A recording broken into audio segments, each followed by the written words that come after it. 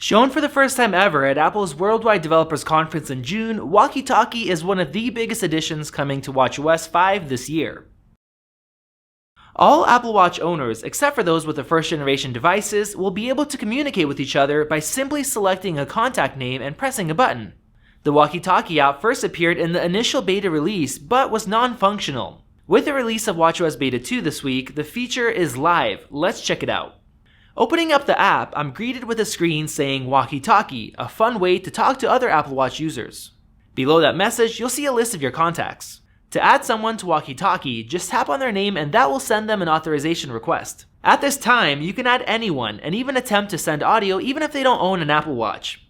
In the future, it would be nice to see only contacts that have a compatible Apple Watch.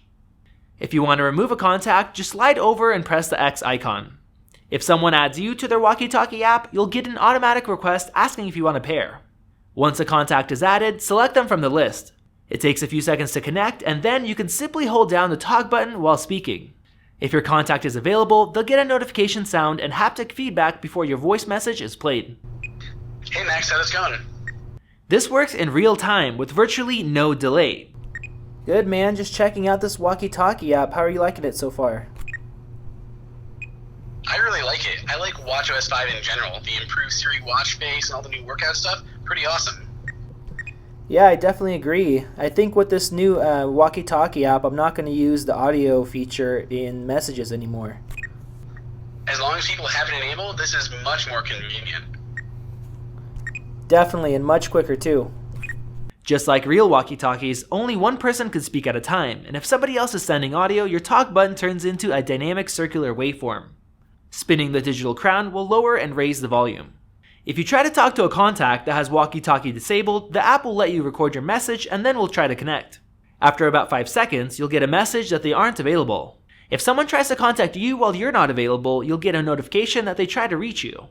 Watch will then give you the option to talk to them, open walkie-talkie, or dismiss the notification. Personally, we'd love to have contacts turn gray in the app if they're not available. That way, we won't have to send a message and then wait for the connection to not go through before finding out they're logged off, and they wouldn't get a notification as a result. Walkie-Talkie is based on FaceTime audio technology and works over both Wi-Fi and cellular. When you select a contact, a connection is established and it stays open for up to 5 minutes without activity before timing out, but that time limit could be changed in the future.